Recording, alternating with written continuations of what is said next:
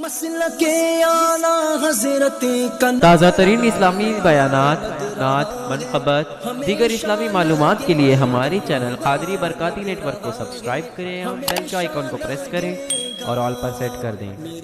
اس video کو پورا watch کریں اور لائک کریں اور اپنے ساتھیوں کے ساتھ شیئر کریں۔ جزاک اللہ خیر۔ مل رہا ہے ہمیشہ ملے گا۔ ملت اسلامی آواز محترم السلام علیکم ورحمۃ اللہ وبرکاتہ۔ الحمد للہ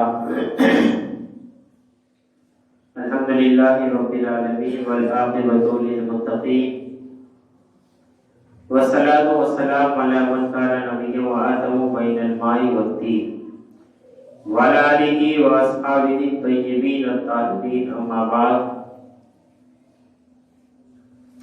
فاعوذ باللہ من الشیطان الرجیم، بسم اللہ الرحمن الرحیم۔ نحن نقص علیک احسن القصص بما اوحینا الیک ھذا القرآن۔ آمنت باللہ صدق اللہ المولانا العظیم وصدق رسولہ النبی الامین الکریم ونحن علی ذلک لمن الشاہدین والشاکرین والذاکرین والحمد للہ رب العالمین۔ واصل اعظم پونے بے سروسا مامدنے قبلہ مدنے کعبہ مامدنے بغیر داوے بلا افتاد کشتی ظریفانے شکستارا تو کشتی بحق خاجلہ عثمان ہارو مدد کن یا معین الدین چشتی۔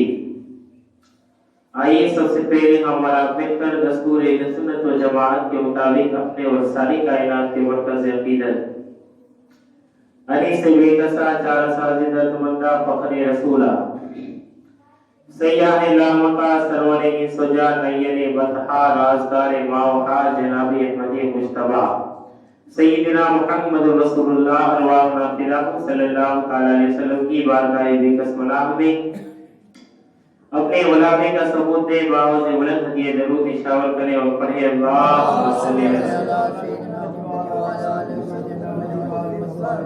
اللہم صلی علی سیدنا شفیعنا حبیبنا مولانا محمد وآلہ وسلم۔ صلاۃ و سلام علیہ یا رسول اللہ صلی اللہ علیہ وسلم۔ وہ کمال حسن حضور ہے کہ گمان نفس جہاں نہیں، وہ کمال حسن حضور ہے کہ گمان نفس جہاں نہیں، یہی پھول خار سے دور ہے، یہی شمع کہ دعا نہیں، اور تیرے آگے یوں ہی دبے لچے فصحا عرب کے بڑے بڑے، کوئی جانے منہ میں زبان نہیں بلکہ جسموں میں جان نہیں، اور کرو مدح لہر دول رضا، پرے اس بلا میں میری بلا، میں گدا ہوں اپنے کریم کا، میرا دین پارا نہ نہیں۔ حضرات،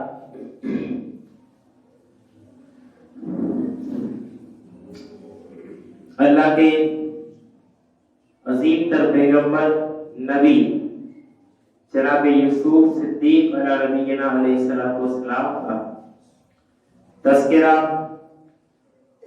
جاری و ساری ہے، بلکہ یوں کہیں کہ قرآن مجید کا یہ ایک عظیم قصہ، عظیم واقعہ تفسیر سورہ یوسف جاری و ساری ہے۔ اور گزشتہ جمعہ جناب یوسف علیہ نبینا علیہ السلام کا واقعہ یہاں تک پہنچا تھا کہ بادشاہ جناب یوسف کو خریدتا ہے اور خرید کر کے اپنے محل میں لے جاتا ہے، یہ بھی آپ نے سن لیا۔ اور زلیخا جو برسوں سے جناب یوسف پر جو ایک متلاشی تھی، متمنی تھی، وہ زلیخا کو جناب یوسف مل گئے۔ اب انہوں نے کس طریقے سے آپ کو رکھا یہ بھی آپ نے سن لیا، لیکن شیطان جو ہوتا ہے نا، شیطان وہ انسان کا کھلا دشمن ہے۔ قرآن میں اللہ رب العزت ارشاد فرماتا ہے ان الشیطان للانسان عدو مبین، شیطان انسان کا کھلا کھلا دشمن ہے، وہ چھوڑتا نہیں ہے۔ نبی معصوم ہوتا ہے، نبی معصوم ہوتا ہے، اللہ رب العزت اس کی حفاظت فرماتا ہے، لیکن اب زلیخا جو کہ نبی نہیں، عورت کو نبوت نہیں دی گئی، یہ آپ کے نالج کے لیے بتا دوں، عورت کو نبوت نہیں ملی، مرد نبوت سے مرد کو ملی ہے، ولایت عورت کو ملی ہے، نبوت عورت کو نہیں ملی۔ وجہ کیا ہے؟ یونیک بات ہے، وجہ کیا ہے آپ کے نالج کے لیے؟ عورت کو نبوت نہیں ملی، اس کی وجہ کیا ہے؟ شاید آپ میں سے کسی کو نہ پتا ہو۔ ولایت تو ملی عورت کو، نبوت کیوں نہیں ملی؟ وہ اس لیے نہیں ملی کیونکہ عورت ناقص العقل ہے، ناقص العقل ہے، اور عورت کے مقابلے میں اللہ نے مرد کو کہیں گنا عقل عطا فرمائی ہے، اس لیے عورت کو نبوت کبھی نہیں ملی، نبوت ملی ہے تو یہ مردوں کے حق میں۔ تو یہ تو ضمن ایک بات آ گئی تو میں نے آپ کے سامنے بیان کر دی۔ اب جناب یوسف علیہ السلام کو آپ نے واقعہ یہاں تک سنا تھا کہ بنا سنگار کر کے ایک مرتبہ کمرے میں لے گئی، اور ساتوں کمرے کے اندر ساتواں جو آخری والا کمرہ تھا اس کے اندر لے گئی، اور اس نے کیا کیا کہ تمام کمرے، پہلے کمرے کے اندر جاتی دروازہ بند کرتی تالا مار دی، اسی طریقے سے دوسرا کمرہ، ساتوں کمرے کا دروازہ بند کر دیا اور انہوں نے تالا مار دیا۔ اب پھر جاتے ہی انہوں نے اپنا جو خدا بت جو رکھا ہوا تھا ان کو جا کر کے زلیخا نے سجدہ کیا، زلیخا نے سجدہ کیا۔ جیسے ہی زلیخا نے سجدہ کیا جناب یوسف بول پڑے، کہا تو اس کو سجدہ نہ کر، یہ تو خود محتاج ہے، تو اس کو سجدہ کیوں کرتی ہے؟ اتنا کہا، ایک نظر ڈالی جناب یوسف نے، بت جو تھا وہ حضرت یوسف کے سامنے سجدے میں گر گیا، بت جو تھا وہ حضرت یوسف کے سامنے سجدے میں گر گیا۔ اب یہ جو ہے کہ حضرت زلیخا اور جناب یوسف علیہ نبینا علیہ السلام کے درمیان بات چیت چلنے لگی، کہا کہ یہ تمہارے سامنے سجدہ کرتا ہے، کہا کیوں؟ جناب یوسف نے کہا کہ تو اسے سجدہ کرتی ہے، یہ تو خود محتاج ہے، کہا تو پھر کیا کروں؟ کہا اسے سجدہ کر جس نے مجھے بنایا، یعنی کہ میرے خدا کو مان، میرے خدا کو مان۔ جناب یوسف نے اتنا جملہ کہا، زلیخا نے کہا کہ میں نے یہ خدا کو چھوڑا، میں تیرے خدا کے اوپر ایمان لائی، میں تیرے خدا کے اوپر ایمان لائی، اتنا کہا۔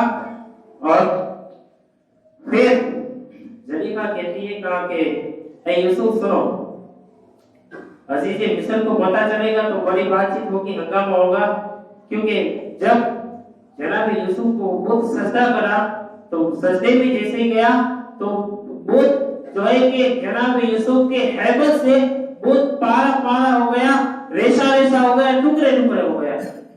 اب جناب یوسف علیہ السلام بت بالکل بکھر گیا، اور یہ ان کا سب سے بڑا خدا تھا، سب سے بڑا بادشاہ تھا۔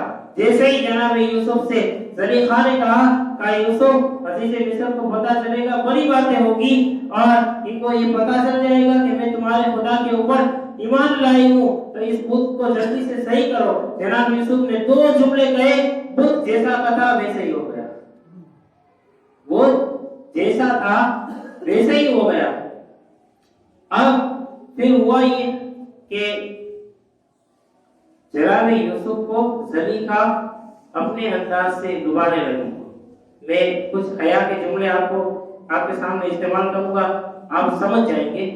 جناب یوسف کو لبانے لگی، یعنی کہ اپنی طرف مائل کرنے لگی، اور دعوت گناہ دینے لگی، دعوت گناہ دینے لگی، اور کہنے لگی یوسف تم کتنے خوبصورت ہو۔ تو کتنے خوبصورت ہو، تمہارے حسن کا کوئی جواب نہیں۔ جیسے ہی انہوں نے کہا، جناب یوسف نے آگے سے جواب دیا کہ یہ حسن تو کچھ نہیں ہے، یہ حسن تو صرف فانی ہے، مرنے کے بعد سارا کچھ ختم ہو جانے والا ہے۔ اسی طریقے سے وہ جتنی تعریف کرتی، یوسف علیہ السلام اس کے جواب میں اس کو نصیحت کیا کرتے، اس کو نصیحت کیا کرتے تھے۔ اب انہوں نے جناب یوسف کی طرف جو ہے کہ بہت زیادہ اصرار کیا اور دعوت گناہ دی، دعوت زنا دی، دعوت زنا دی کہ یوسف جو میں چاہتی ہوں وہ تم کرو، جو میں چاہتی ہوں وہ تم کرو۔ جناب یوسف نے کہا کہ یہ کام تو مجھ سے ہو نہیں سکتا، یہ کام مجھ سے ہو نہیں سکتا، اور جو ہے کہ اللہ رب العزت سے اس کام کی میں پناہ مانگتا ہوں، یہ کام مجھ سے ہو ہی نہیں سکتا۔ انہوں نے سمجھانے کی کوشش کی، سارا کچھ کیا کہ یہ کام تم نہیں کرو گے تو میں تمہیں جیل میں ڈلوا دوں گی، تمہاری بدنامی کرواؤں گی، لیکن یہ کام تم کرو، یہ کام کرو، یعنی کہ زنا کا کام۔ تو جناب یوسف نے کہا کہ یہ کام تو مجھ سے نہیں ہو سکتا۔ آپ نے بہت نصیحت کی، وہ مانی نہیں۔ نفس اتنا حاوی ہو چکا تھا، نفس اتنا غلبہ پا چکا تھا کہ وہ زلیخا کوئی بات سننے کے لیے تیار ہی نہیں ہے۔ اب جناب یوسف علیہ السلام نے نظریں جھکائی، گردن جھکائی، اب کیا کرے؟ لیکن اچانک یہ ہوا کہ جناب یوسف بھاگے، جناب یوسف بھاگے۔ اب جناب یوسف کیوں بھاگے، کیسے بھاگے؟ ان میں کہیں ایک قول لکھے، روایتیں بہت ساری ہیں، علماء کرام نے بہت ساری باتیں لکھی، میں ساری باتیں نہیں بتاؤں گا، دو تین باتیں آپ کو بتاؤں گا۔ جناب یوسف کیوں بھاگے، جناب یوسف وہ گزرے سے کیوں بھاگے؟ تو اب علماء کرام لکھتے ہیں کہ جناب یوسف نے دیکھا کہ دیوار میں سے ایک ہتھیلی نکلی، اور اس ہتھیلی کے اوپر قرآن کی یہ آیت لکھی تھی، وَلَا تَقْرَبُوا الزِّنَا إِنَّهُ كَانَ فَاحِشًا، یعنی کہ زنا کے قریب بھی نہ جانا، یہ سب سے برا فعل ہے، یہ سب سے برا فعل ہے۔ اب یہ قرآن کی آیت سے پتہ چلا کہ زنا بہت برا فعل ہے، بہت برا عمل ہے، لیکن آج کل افسوس کے ساتھ مسلمانوں میں اندر یہ چیز بہت عام ہو چکی ہے، اور خاص کر کے یہ ہمارے نوجوان جو فیس بک واٹس ایپ کے دیوانے ہیں، اور ان کو ان کے علاوہ کچھ نظر ہی نہیں آتا، ان کو ان کے علاوہ کچھ نظر ہی نہیں آتا۔ فیس بک کے اوپر گندی لڑکیوں کی تصویریں، واٹس ایپ کے اوپر گندی لڑکیوں کی تصویریں دیکھنا، جانتے ہو کتنا بڑا گناہ ہے؟ یہ بھی ایک زنا ہے۔ آپ کی جانکاری کے لیے بتا دوں، یہ بھی ایک زنا ہے، یعنی کہ زنا وہ نہیں ہے کہ آپ کسی عورت کے ساتھ غلط کام کرو، یہ نہیں، اگر کسی عورت کی طرف تم نے غلط نظر اٹھا کر کے دیکھا، یہ بھی تمہارا زنا ہے۔ اگر غلط ہاتھ سے کام کیا تو یہ ہاتھ کا زنا ہے، آنکھوں سے کام کیا یہ آنکھوں کا زنا ہے۔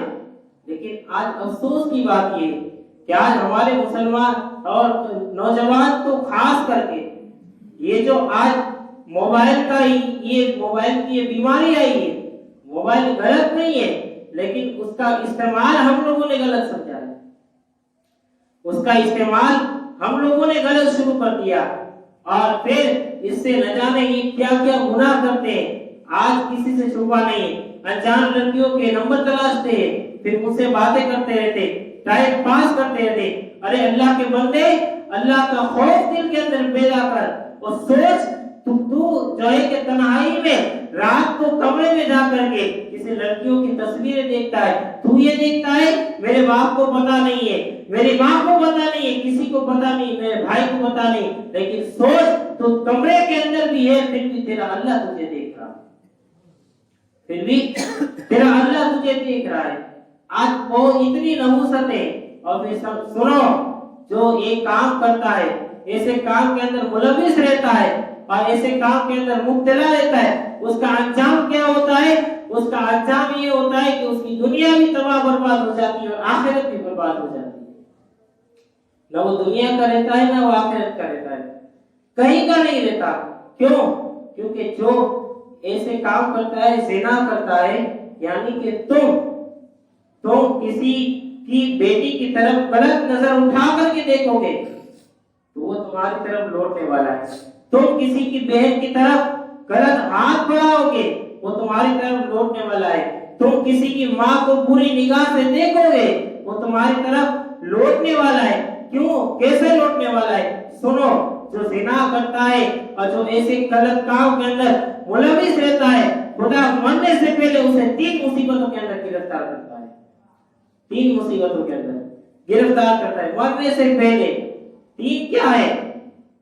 پہلی، اس کی عمر کم کر دی جاتی ہے.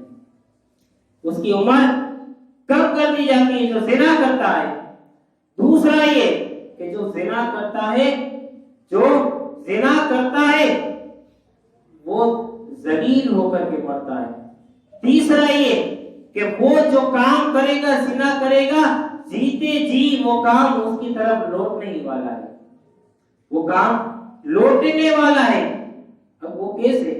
وہ اس مثال کے سمجھے کہ آپ نے، اللہ نہ کرے کسی نے بھی ایسا کام کیا آپ میں سے، یا کسی نے بھی ایسا کام کیا کسی کی بہن کے ساتھ زنا کیا، وہ دیکھے گا مرنے سے پہلے اس کی بہن کے ساتھ بھی ایسا ہی ہونے والا ہے. یہ اتنا بڑا گناہ ہے. یہ اتنا بڑا گناہ ہے. لیکن آج پھر کیا ہوتا ہے؟ جو زنا کرتا ہے اس کے گھروں کے اندر سے برکتیں اٹھا دی جاتی ہیں. بلائیں مصیبتیں اس کے گھر کا دروازہ کہیں نہ کہیں سے ڈھونڈ لیتی ہے. مصیبتیں اس کے دروازے پر کہیں نہ کہیں سے پہنچ ہی جاتی ہے جو زنا کرتا ہے. لیکن یہ تو دنیا کی سزا ہے. آخرت کی سزا تو بہت اس سے بھی کئی گنا کئی درجہ زیادہ ہے اور باقی ہے.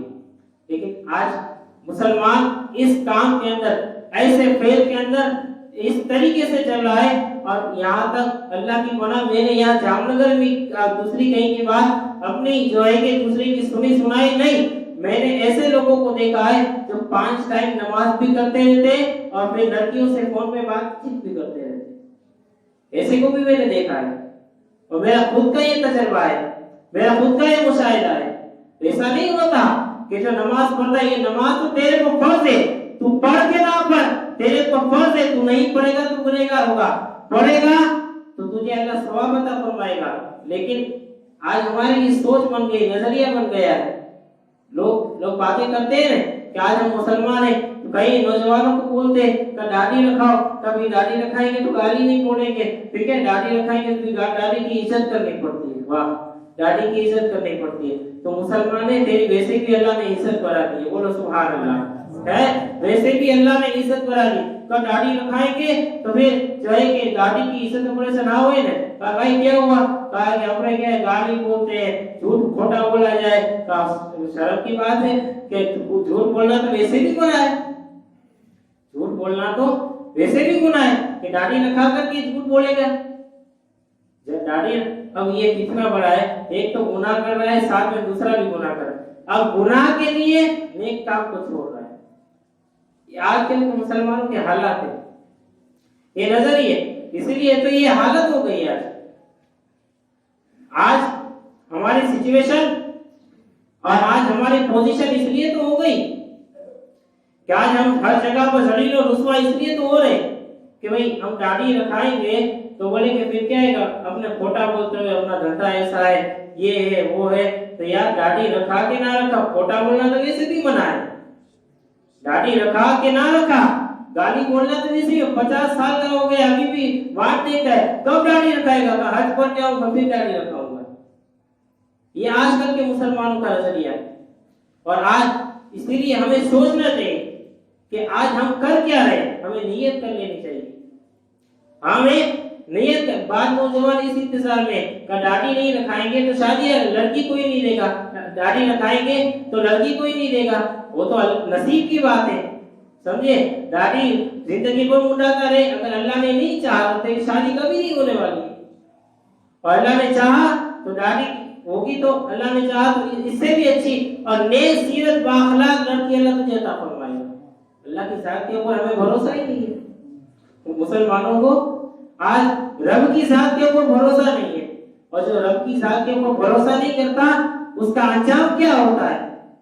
تو اسی اسی لیے آج ہم ایسے گناہوں کے اندر ملوث ہیں، اور یہ سب سے بڑا گناہ جو میں عرض کر رہا تھا زنا کاری کا، دعا کریں اللہ رب العزت تمام مسلمانوں کو، خاص کر کے نوجوانوں کو اس سے حفاظت عطا فرمائے اور اس سے بچنے کی توفیق عطا فرمائے۔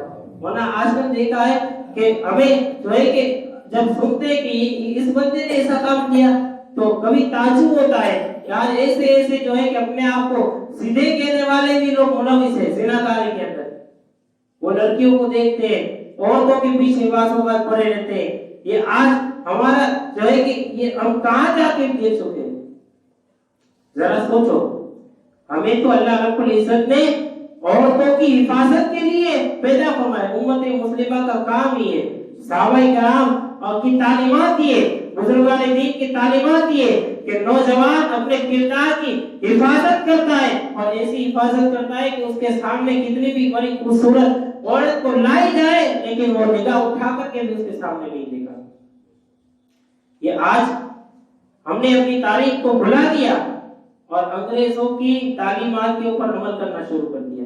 جو مصطفیٰ کی تعلیم کو چھوڑتا ہے پھر اس کا انجام یہ ہوتا ہے کہ اللہ رب العزت پھر اس کے ساتھ ایسا کرتا ہے۔ پھر میں نے دیکھا ہے کہ پھر مصیبتیں آتی ہے، پریشانی جب چاروں طرف سے گھیر لیتی ہے، پھر کہتے ہیں بابو اچھا ہو جائے گا تو داڑھی رکھا لیں گے، اچھا ہو جائے گا تو نماز چالو کر لیں گے۔ اللہ کے بندے، اگر پہلے تم نے نیک عمل کیے ہوتے، نیک کام کیے ہوتے تو تیرے پر جو مصیبت آ جائیے وہ نماز کی برکت سے، نیک کام کی برکت سے، وہ مصیبتیں اللہ دور فرما دے، مصیبتیں اللہ دور فرما دیتا ہے۔ لیکن آج ہمارا جو ہے کہ ہم نے گناہ اور مصیبتوں کو اپنے گھر میں دعوت دے رکھی ہے، دعوت دے رکھی ہے تو آتی ہے تو پھر اس کے اندر گرفتار ہوتے ہیں، تو ہم گرفتار ہوتے ہیں تو پھر ہم شکوہ اور شکایتیں کرتے ہیں۔ پریشانی ہم پر پریشانی کیوں آئی؟ یہ پریشانی کو دعوت ہم نے دی ہے، مصیبتوں کو دعوت ہم نے دی ہے۔ اگر ہم نیک بنتے، مصیبتیں تو ہر کسی پر آتی ہیں، مصیبتیں ہر کسی پر آتی ہے، ہم اس قابل نہیں ہیں، لیکن اب مصیبت اگر آتی ہے تو پھر اللہ رب العزت ہمارے نیک عمل کے صدقے، بزرگان دین کے وسیلے کے صدقے، یہ جو مصیبت ہم پر آنے والی ہوتی ہے، بڑی ہوتی ہے، اللہ چھوٹی بنا کر کے اسے ہم سے ختم کر دیا کرتا ہے۔ دوسری پڑھی اللہ سیدنا شفیع اعظم صلی اللہ علیہ وسلم۔ تو میں عرض کر رہا تھا کہ جناب یوسف علیہ نبینا علیہ السلام کو زنا کی دعوت دی، یوسف علیہ السلام وہاں سے بھاگے، آپ نے نشانی دیکھی، ایک ہتھیلی اس کے اوپر یہ آیت کریمہ لکھی ہوئی تھی۔ پھر آگے گئے، جناب یوسف علیہ نبینا علیہ السلام بھاگ رہے، لیکن یہاں پر جو کون لکھے کہ ایک جو ہے کہ اژدہا جناب یوسف کی طرف آ رہا تھا اور وہ کہہ رہا تھا خبردار یہ گناہ مت کرنا، خبردار یہ گناہ مت کرنا، یہ گناہ مت کرنا۔ زلیخا نے 7 کمرے کے اندر بند کیا، کتنے بولو؟ 7 کمرے میں بند کر دیا، اور یوسف سے کہتی ہے، کہا کہ یوسف سنو ابھی ہمیں کوئی نہیں دیکھ رہا، 7 دروازوں کے اندر بند ہے، کوئی نہیں دیکھ رہا۔ تو جناب یوسف نے اس وقت بھی کہا تھا زلیخا وہ دیکھ رہا ہے۔ کہا کون دیکھ رہا ہے؟ کہا جس نے تجھے اور مجھے پیدا کیا۔ کہا وہ کون ہے؟ کہا جس کے اوپر تو ابھی ایمان لائی، وہ میرا رب، میرا خدا ابھی بھی مجھے دیکھ رہا ہے، ابھی بھی تجھے دیکھ رہا ہے۔ اب پھر ایک قول یہ بھی بیان کیا ہے کہ جناب یوسف علیہ السلام کے سامنے آپ کے والد محترم، آپ کے والد محترم کیا نام ہے؟ کسی کو یاد ہے؟ یعقوب علیہ السلام۔ یعقوب علیہ السلام آپ سامنے آ گئے، وہ کہا کہ خبردار ہے یوسف یہ کام نہیں کرنا۔ یوسف علیہ السلام نے دیکھا کمرے میں، جیسے ہی دیکھا آپ بھاگے۔ اب جیسے ہی بھاگے کہ دروازے کے اوپر تالا تھا، غور سے سننا یہ بات، دروازے کے اوپر تالا تھا۔ اب دروازے کے اوپر تالا تھا، کیا ہوا؟ جناب یوسف جس دروازے کے اوپر جاتے آٹومیٹک تالا ٹوٹ جاتا، دروازہ اپنے آپ کھل جاتا۔ یوسف علیہ السلام پھر آگے جاتے، دروازہ تالا ٹوٹتا، دروازہ کھل جاتا، جناب یوسف آگے چلے جاتے۔ اب جناب یوسف آگے جا رہے، تالا ٹوٹ رہا ہے، دروازہ کھل رہا ہے۔ یہاں پر امام غزالی ایک قول بیان کرتے ہیں، امام غزالی ایک قول بیان کرتے ہیں کہ جب بندہ اللہ رب العزت کی بارگاہ میں